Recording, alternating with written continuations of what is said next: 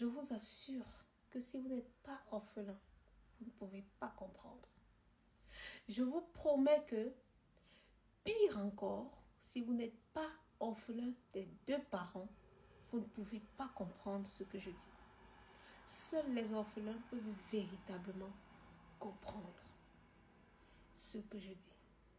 Ils peuvent comprendre ma galère. Ils peuvent comprendre ma misère.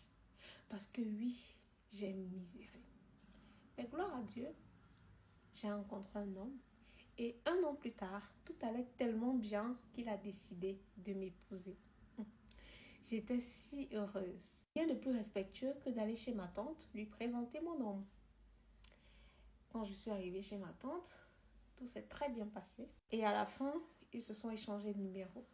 Donc ma tante a pris le numéro de mon homme et mon homme a pris celui de ma tante. Bien évidemment, je n'y trouvais pas du tout d'inconvénient.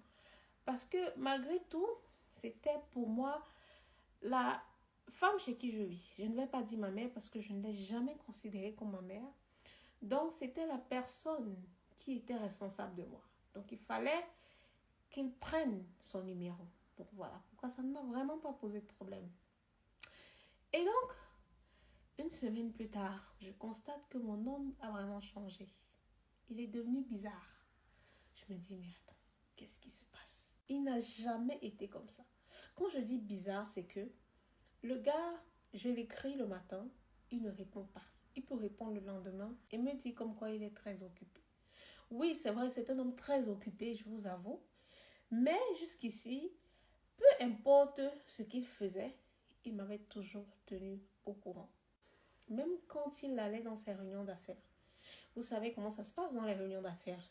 Il doit être indisponible, il doit être injoignable parce que, voilà, il est en réunion. Il me disait toujours, je serai en réunion, donc je ne pourrai pas te répondre. Mais voilà quand est-ce que la réunion va commencer et voilà quand est-ce que la réunion va finir. Donc à chaque fois, tous ces faits et gestes, il m'en informait. Et depuis les 1 semaine, après être passé chez nous, j'ai constaté qu'il était vraiment, vraiment bizarre. Donc je l'écrivais, il ne répondait plus. Il me disait après 2 jours qu'il est très occupé.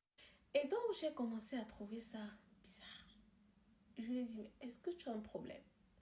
Au début, j'ai laissé parce que je me suis dit, bon, peut-être que après, il va m'expliquer c'était quoi son occupation. Mais même quand il rentrait de ses réunions, ses soi-disant missions, il ne me faisait pas signe. 2 semaines après que ce comportement persiste, je l'ai fait asseoir et je lui ai posé la question. Qu'est-ce qui se passe? J'aimerais savoir parce que je ne t'ai pas connu comme ça. Est-ce qu'il y a un problème?